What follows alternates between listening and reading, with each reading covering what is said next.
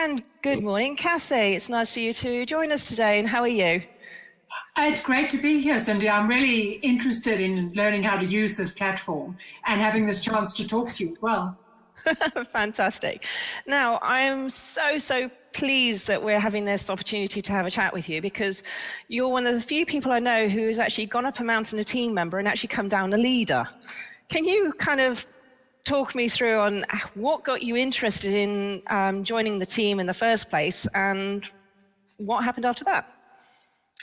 Well, I don't know about coming down the mountain a leader, but certainly coming down the mountain having learnt an enormous amount of stuff, a great deal of which had nothing to do with climbing mountains. Well, it did, but it had nothing to do with kind of how you use an ice axe or, you know, what your safety procedures are. Mm-hmm. This is the famous, notorious first South African Everest expedition, which was part of the famous, notorious 1996 spring season, which is the subject of this big Hollywood movie that's just come out. And I got onto that team almost entirely by accident,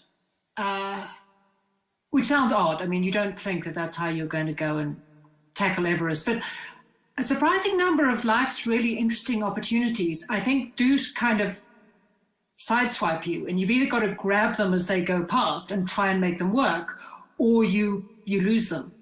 So in this case, I'd been climbing since I was 18, rock climbing and then mountaineering, the Alps, the Andes, Central Africa. But Everest hadn't even occurred to me. This is not in any sense a childhood dream or a lifelong ambition or any of this stuff. All I wanted to do was go to the Himalaya. Okay. I mean, this was South Africa under sanctions. You know, all right, we were just emerging from the end of the apartheid regime. But for decades, you know, they'd been really difficult for us to travel and expensive, and almost no expeditions went to the Himalaya from South Africa. And it's just like anybody trying to get their first job. They won't give you a job because you haven't got any experience, and you haven't got any experience because nobody will give you a shot, you know. Mm-hmm. And then up came this, the first South African Everest expedition, all over the press. And there's this weird thing about, oh, we're looking for a woman to join the team. And I think, you know, basically the sponsor decided that the whole project was like, yeah, okay, whatever, mountain climbing, ho-hum. We don't really have a mountain climbing heritage in South Africa. But let's make the whole thing that much more kind of media exciting by, you know, finding a woman and sticking her on the summit like a flag.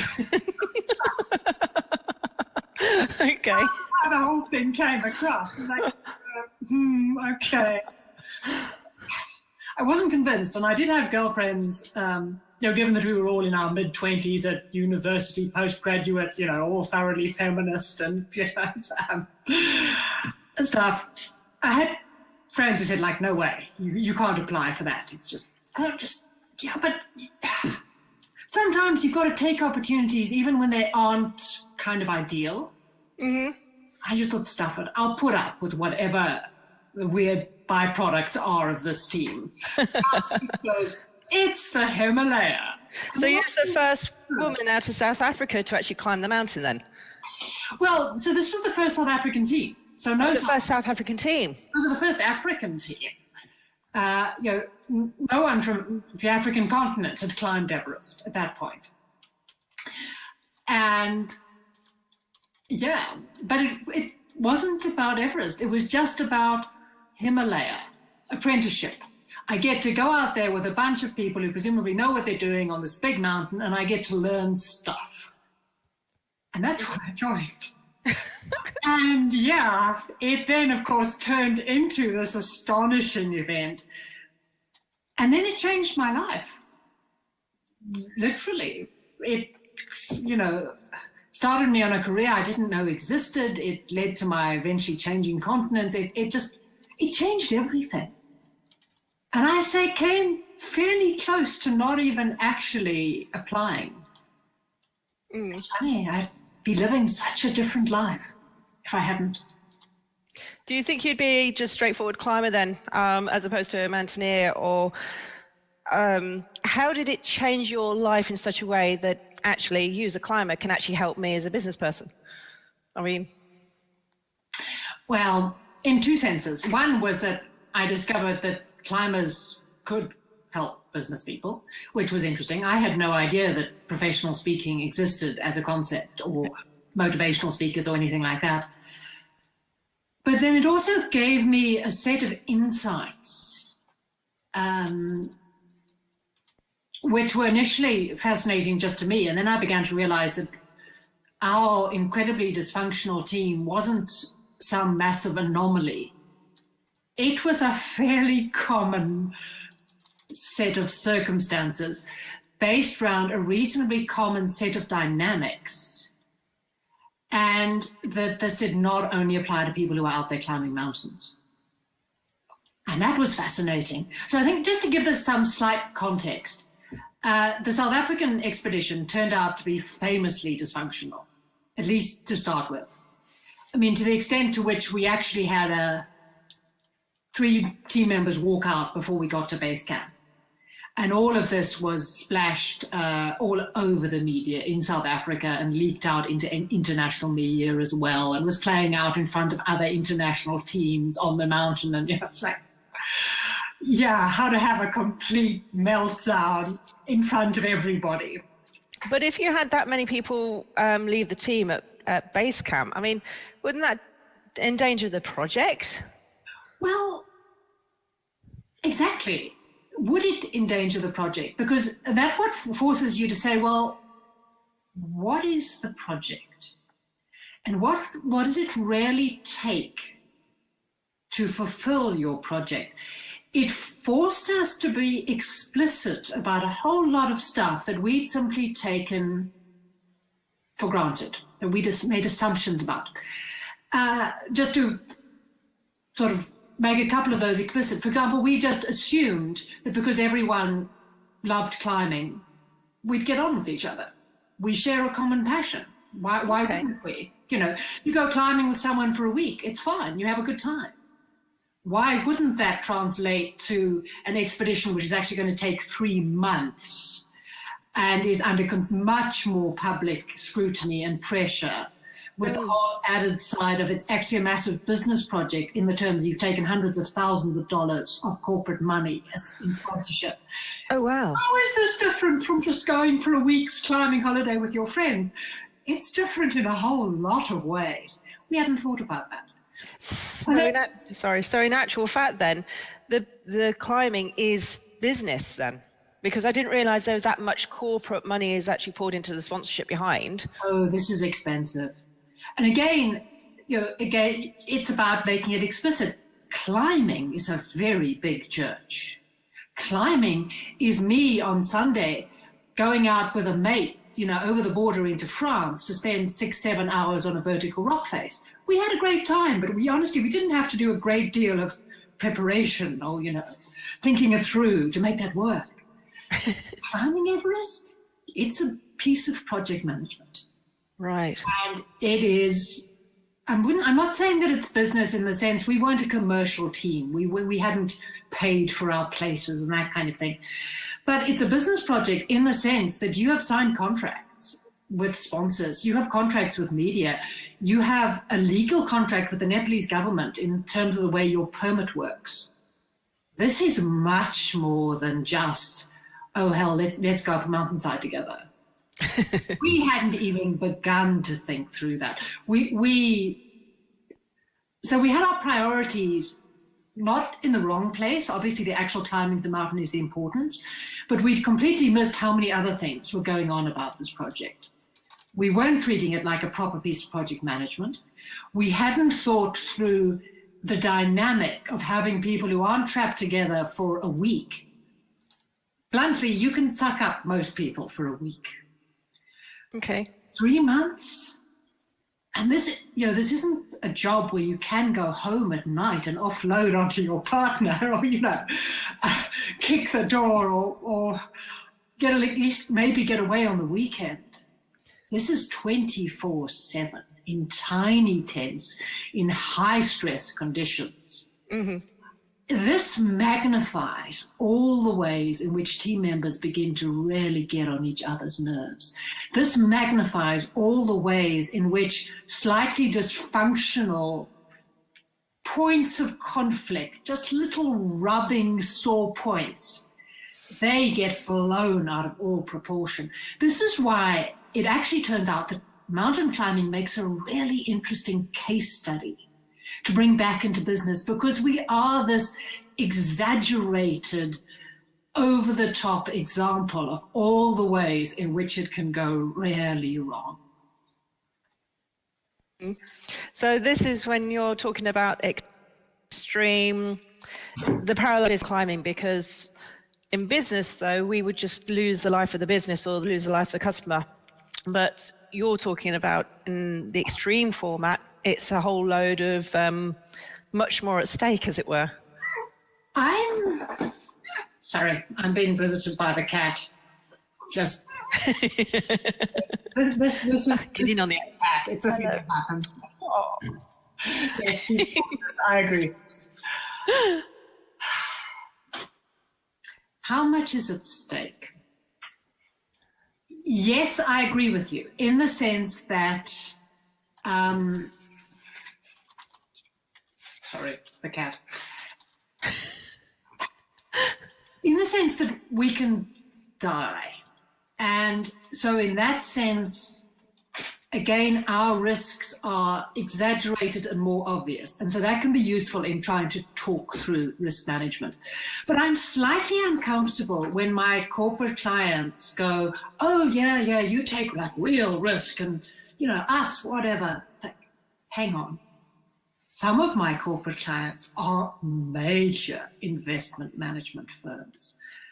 Yeah, sorry, you guys could potentially, and possibly did, crash the world economy. Risk needs to be taken very seriously. And in some cases, I think we have an advantage because our risk is so in our face. We make a mistake, things go wrong quickly, and we personally get to live with the consequences and try and solve them. I think one of the problems with business is risk. The consequences play out slowly. It can be years before the wrong choice you made comes back to haunt you.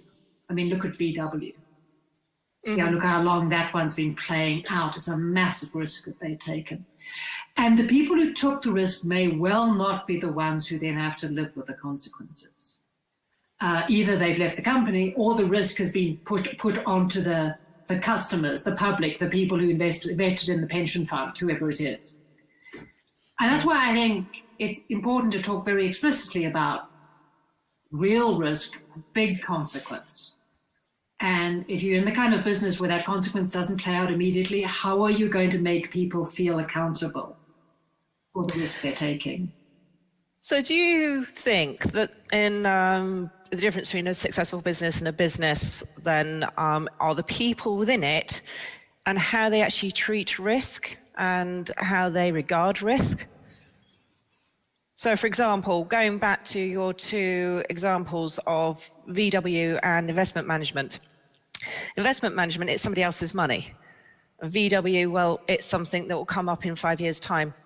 Yet there are other companies that are actually openly coming out about things that are going wrong and trying to do things safely and get it all sorted. So, for example, I'd get a recall on my car because I know that with them saying the brakes are faulty. I think there are two things at play. I don't think there are any like massive golden solutions for this.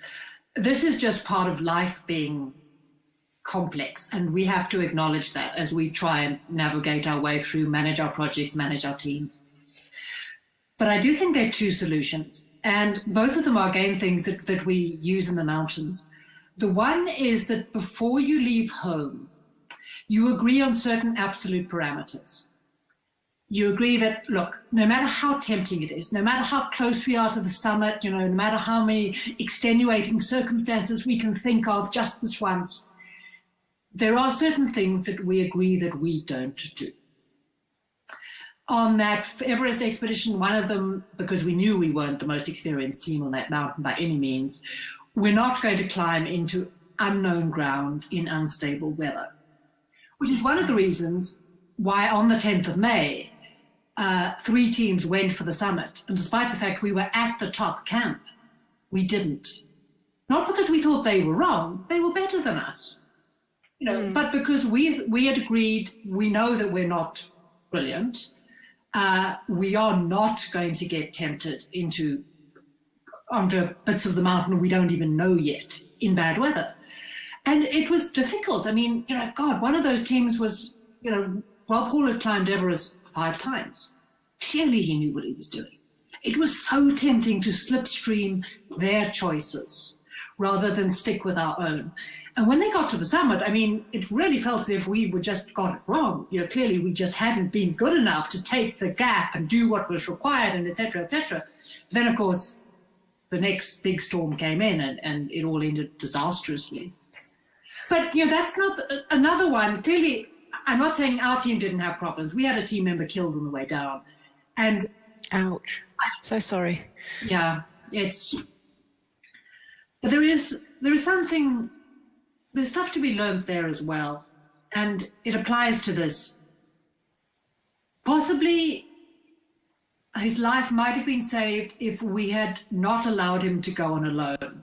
There's a whole different discussion about to what extent you can allow people on a mountain. It's not the army. You don't have some kind of absolute line of authority. But that's separate to this point. He's also quite probably killed by something where it wouldn't have helped to have had somebody standing with him. But nevertheless, the last big expedition I did, which was the Mizeno Ridge on Nanga Parbat, one of our absolute parameters beforehand was we will split the team, because there are absolutely times where that's the most productive thing to do. But we'll only split down to pairs. So there's always somebody. Well, then if one of your pair collapses, the other person is going to have to try and get out or go for help or something alone. But, But at least you've got a fighting chance. Sort of disaster, you stay in pairs. That's tough. If one person wants to go down and the other 5 want to go up, somebody is going to be forced to go down. But this is why you make these decisions beforehand. And so to bring this back to business, there are certain big picture decisions that your business ought to have made completely explicit. And there's a lot of wishy-washy mission statement stuff about, serving our customers. But maybe the mission statement ought to be more about basic ethics. Okay. How tempted we are by, the short-term need to meet our profits or please our investors or continue to show growth or get through the California emissions tests, which we might not believe in or whatever it is. Maybe the mission statement ought to have some basic ethical values that say we do not cheat, we do not screw the small people who invest in our pension funds, or whatever it is. I think there's a second point that comes out of mountain climbing, and it's about summit fever. Because this feeds into why you might go against your own parameters, even if you have set them up in advance.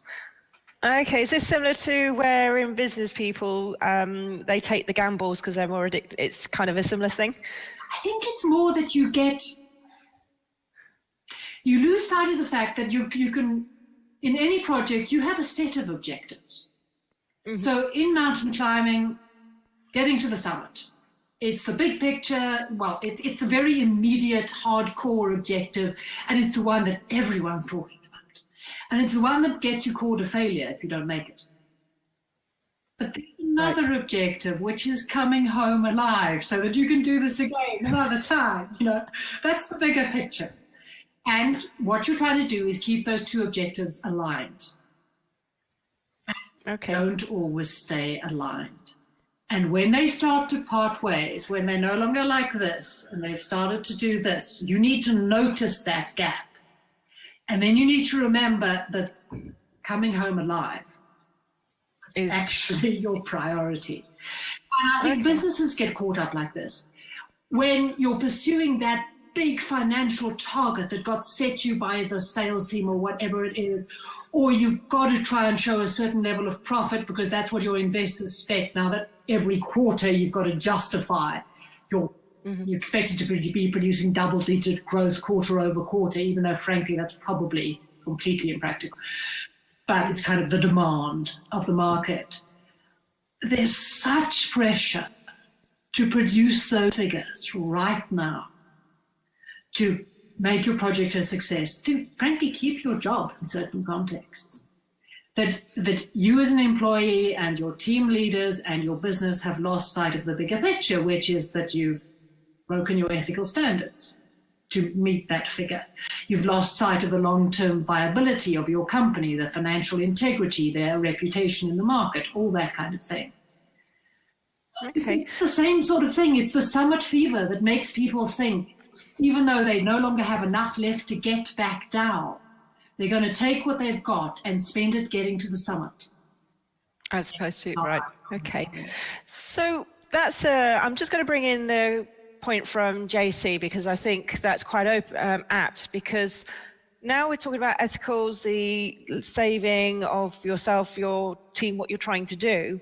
But then it's mixing up with risk, and his point is risk or don't take risk only imply if you're preparing to leave your comfort zone. So at what point, or is there a point that you can try and recognize when risk is outside of the comfort zone but not to the detriment of your ethical values? Sorry. Well, it's a brilliant question.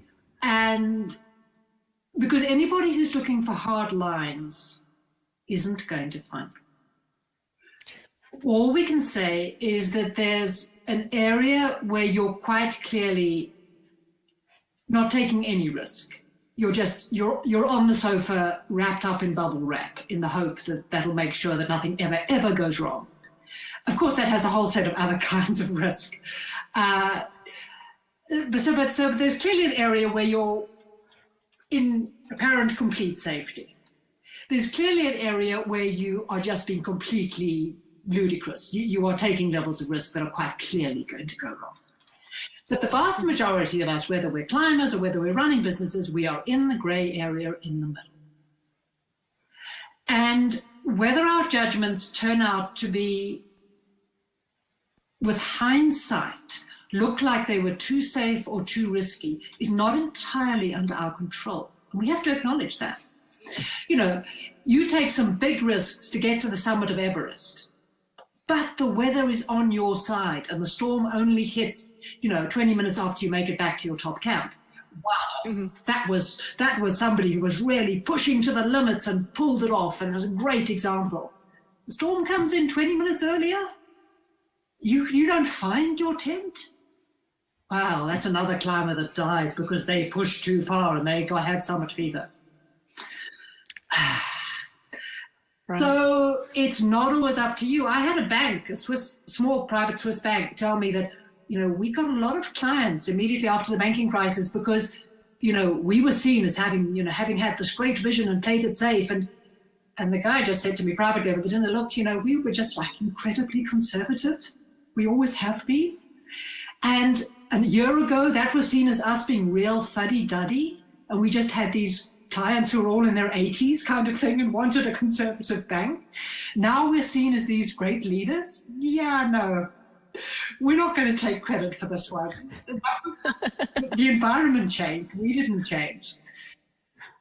But that doesn't abdicate responsibility. All I'm saying is that if you're looking for a golden line with safety on one side and, lunatic risk on the other, you won't find it. All of us who are trying to do things that are challenging or difficult or new have to acknowledge we're operating in a gray zone.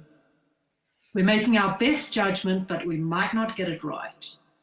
And if the external circumstances change around us in ways we hadn't fully anticipated, we might get it wrong despite our best attempts. Okay. JC's just put another comment. I don't know if you can see it, but it says, climbing, if you try to be adept to the market, that always raise in mathematical multiply, that they are only figures and expect it takes. But when you recognize that real context background where you live is more reasonable to arrive to the figures that expects of the market.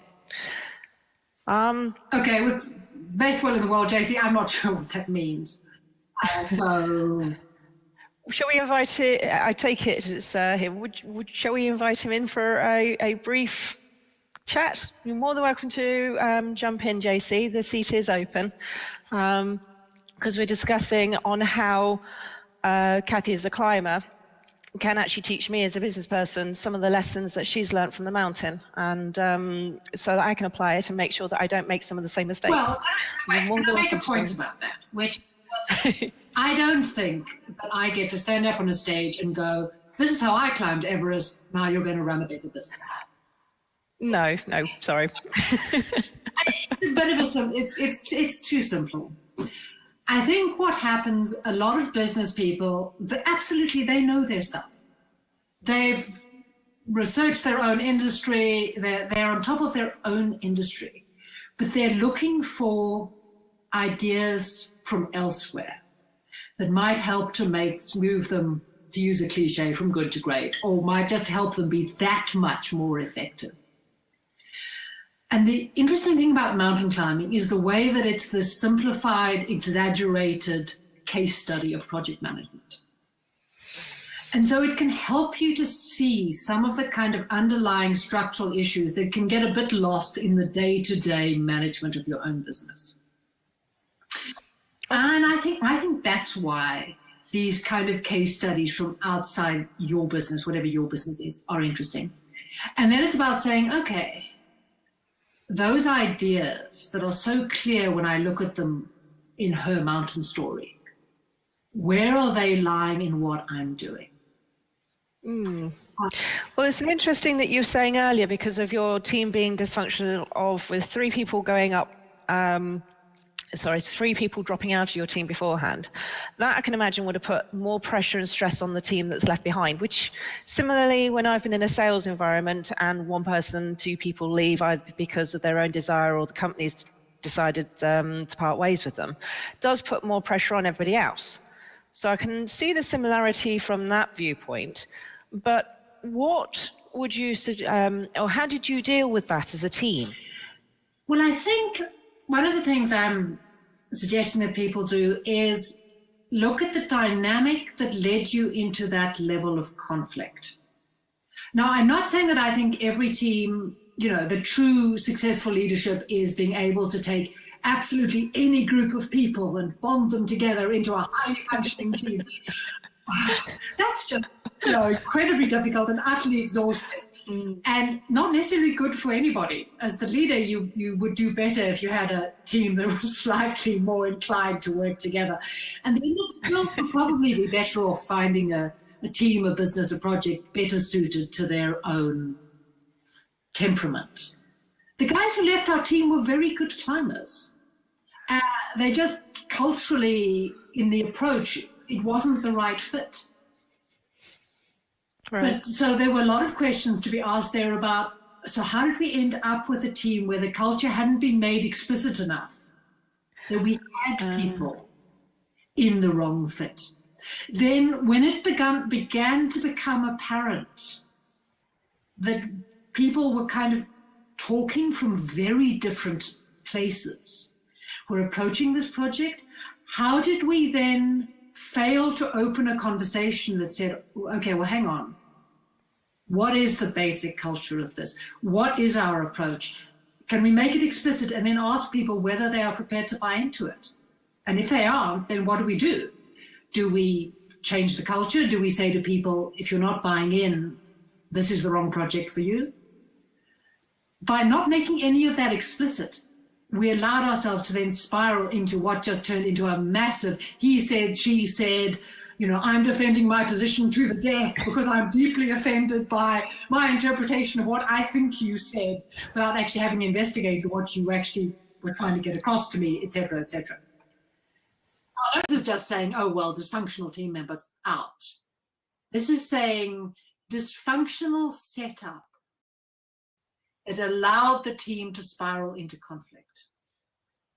Oh, wow. And that's what is interesting. So now, okay, more functional setup for a team. How would we do that?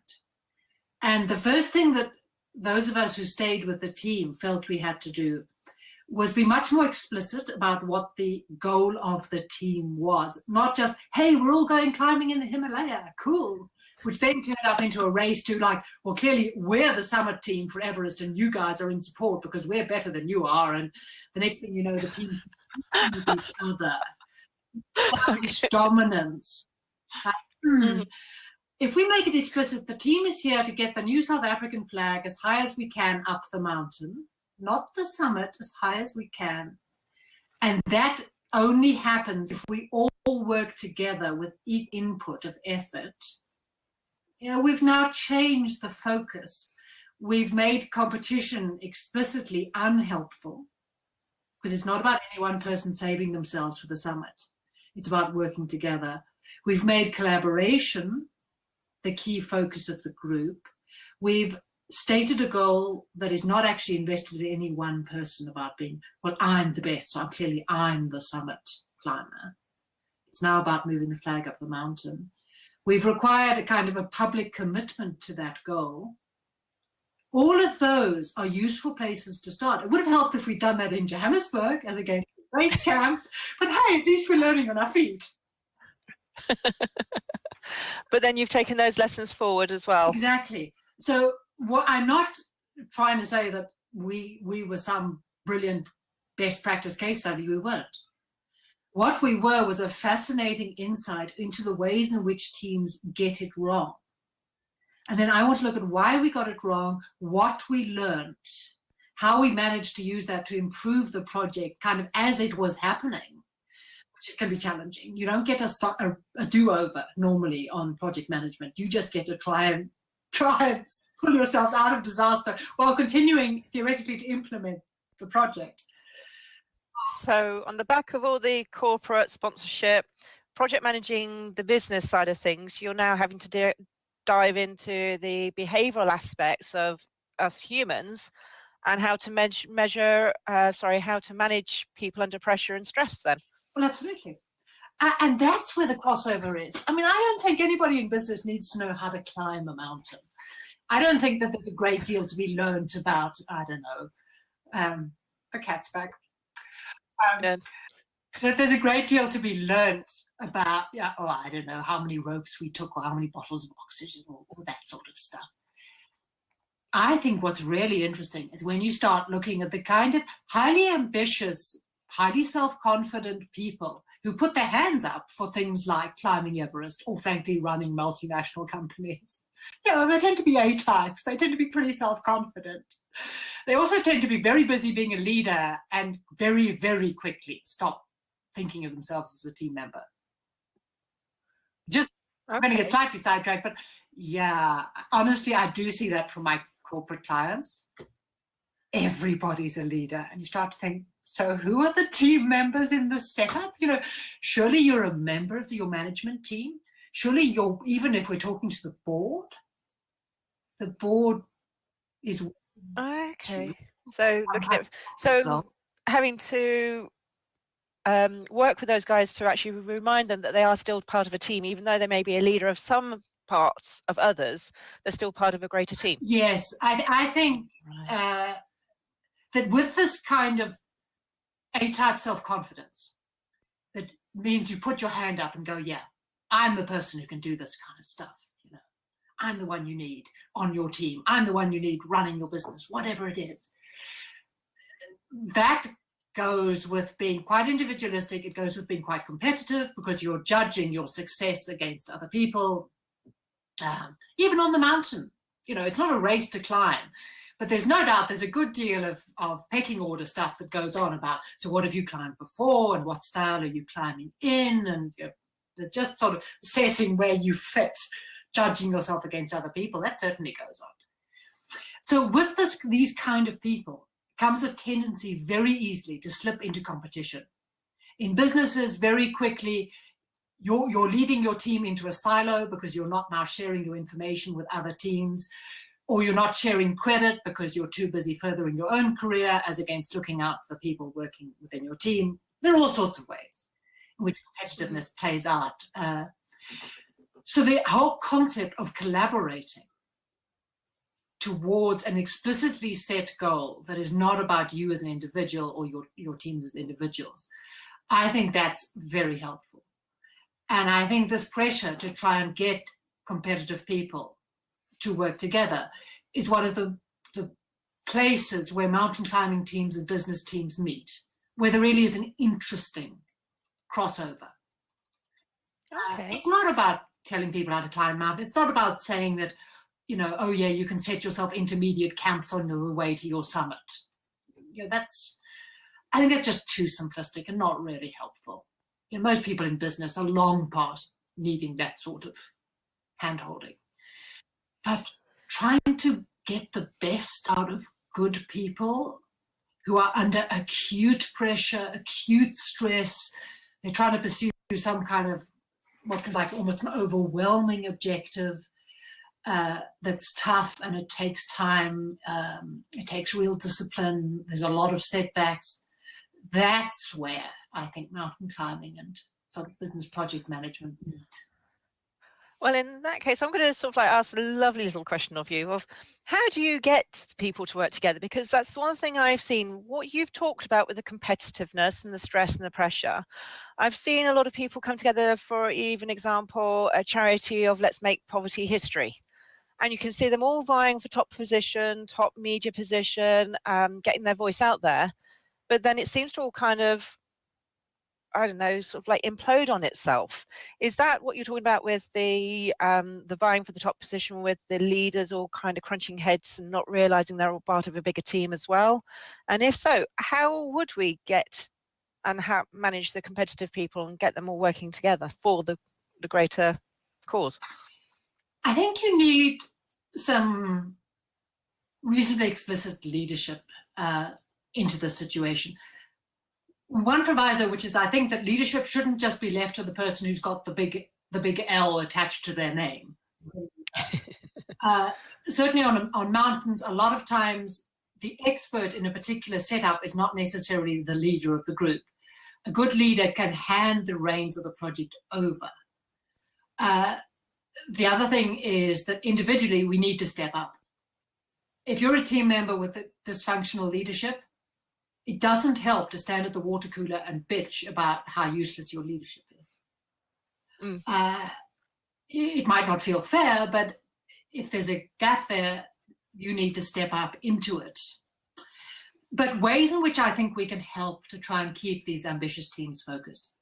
One is to try and make the overall goal as explicit so that people remember what they're actually trying to achieve. And if you can, to make it kind of emotionally sticky.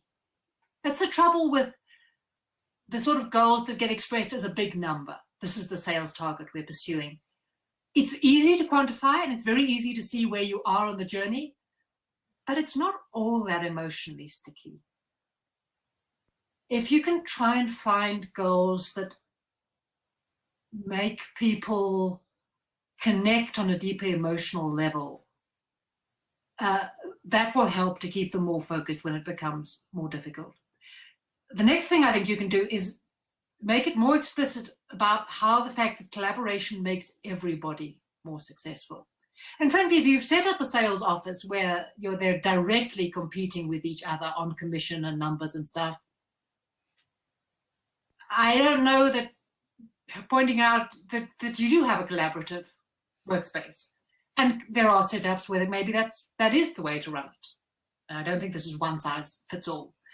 But to have set up a highly competitive workspace and then be surprised that your staff are highly competitive and are busy stealing work off each other, for example, as against looking for new work. Because you have made beating each other's sales numbers more important than the overall growing your sales market. You've set up a culture that's going to fail. It's the same thing as this setup where they were always going to fire the bottom 10%. I forget what that's called, but this concept that every year you cull the bottom 10% because that will improve the competitiveness of your overall team.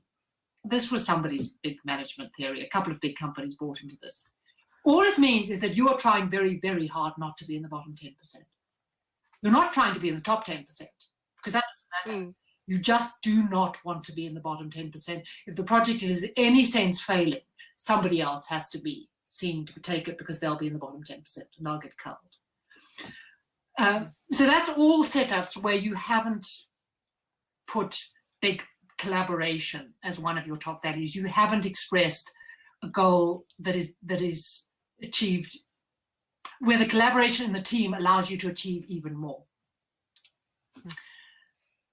But, I mean, to come back to something that I was going to talk about, what I mentioned earlier about summit fever and about not having an absolute line of authority in mountain climbing, it can be quite hard to say to somebody, you have to go down, we have decided.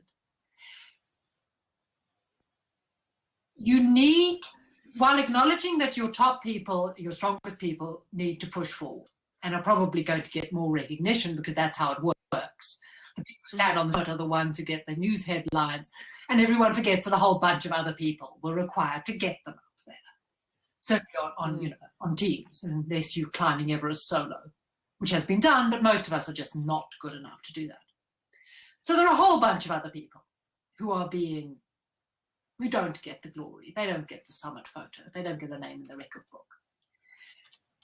But again, you can do a lot by making their contribution much more explicit. I was going to say briefly about the Everest movie, which I watched a few days ago. One thing that struck me was at no point did they really talk about the fact that, okay, so one of the Westerners is dying very high on the mountain, Rob Hall. The Sherpas, just send the Sherpas back up with more oxygen. Don't ask, it's like, that's a hell of an ask, to re-climb up to the summit of Everest in these terribly difficult weather conditions. Right at the end, one of our kind of key, not exactly a hero, but one of our key characters, Beck Weathers, is going to be flown off the mountain in a helicopter, and it'll be the highest helicopter rescue ever. How did the Nepalese helicopter pilot feel about that? Just nobody talked about what it felt like to be expected to risk your life for that rescue, for this guy who paid $50,000 to, be guided up Everest. There are a lot of support people who don't always get a great deal of credit. And I think you can make collaboration in teams a stronger part of the culture of your company by being much more explicit about sharing recognition with a whole bunch of other people who aren't the superstars. And that has to come from your leadership. One of the things that happened to us on Everest was when we tried again, after the big storm, the famous storm, we got a phone call. It was Nelson Mandela, president of South Africa. And you would think the guy had better things to do with his time. But he had a country to run. But Nelson Mandela was incredibly aware of two things. The one was the power of recognition by superstars, by big names. That taking 10 minutes out of his day to make a phone call to the South African team on Everest and say, guys, I'm proud of you for trying again. I believe you can do this. I mean, let's face it, he didn't know if we could do it. He knew nothing about mountain climbing. What he's really saying is, you say you can do it. I believe in you. Prove me right. But taking that time to go to members of your team all the way down the line and go like, yeah, I know what job you do. I know what your name is. I'm glad you're working for me. I'm glad you're on my team. And the funny thing is, when I share this story with people, they all go, God, yes, if only my bosses would do that for me. If only the people up the ladder would recognize the work that I do and my contribution and, know my name. That would be brilliant. Almost none of them look down the ladder and go like, there are a whole bunch of people below me, right down to the cleaners who come in overnight and make sure that I come back to a clean workspace in the morning, who could do with being recognized too. You only have to be 20 and an intern in your first job, and there's already somebody, some teenager going, oh my God, how do you manage that? You know, like, I'm trying to, all through our lives, we can look back down the ladder. So I think it's not just about wishing that other people would do that for us. It's about modeling the behavior that we would hope to get from the people above us. Okay. I'm going to say that, you know, Mandela was brilliant at this. And I'm not just talking about, you know, us doing this, frankly, slightly self-indulgent thing, which is to go off and climb mountains.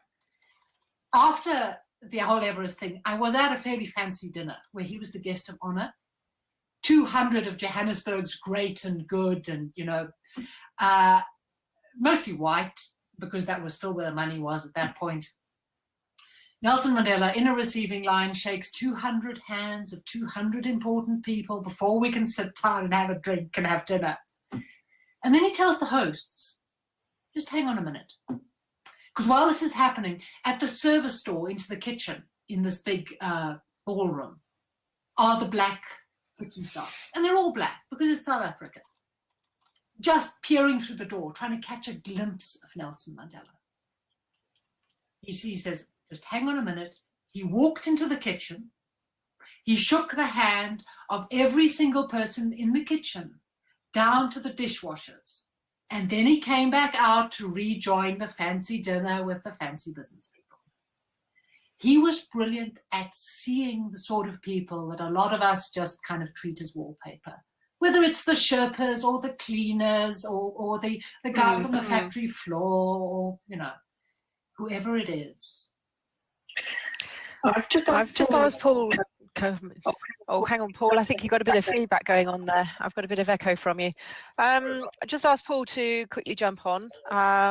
He does a lot of work in his local area. Mm-hmm. Could say that. But you made a point about Nelson Mandela. He does know about adversity, so. He certainly does. And I don't know a lot about mountain climbing or that sort of stuff. I mean, I've been on some adventures in my life. I was an army cadet, and obviously not at the level of you, Cathy, climbing mountains. But I did my Gold Duke of Edinburgh, and as a 14-year-old, 15-year-old lad, that was a massive challenge. You know, but yeah. Stuff is great for teenagers. I think we could do with them all taking more risk, more of that kind of adventure. Yeah, I was also selected to represent Great Britain in Canada, one of 25 Army cadets across the UK. Very impressive. And the whole 6 weeks was adventure training, including a survival course, which was giving up smoking is the hardest thing I've ever done in my life. But then that survival course, I would say, was the second hardest thing. Cool.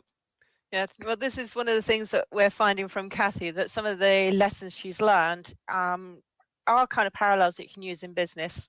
So, for example, risk, when to take risk, how to get out of your comfort zone, but not to the detriment of your ethical values, and how to properly design the goal so that it doesn't affect the culture in an adverse or negative way. So it's been really a good learn. One thing, actually, though, that I would guess, Paul, I think you might buy into, which is that you learn a good deal about kind of discipline. And I would imagine whether from that giving up smoking and every single day is yet another day when you're not going to have a cigarette, to getting out there on the adventure trail, and every day is another day where you're going to grit your teeth and keep on going in difficult circumstances.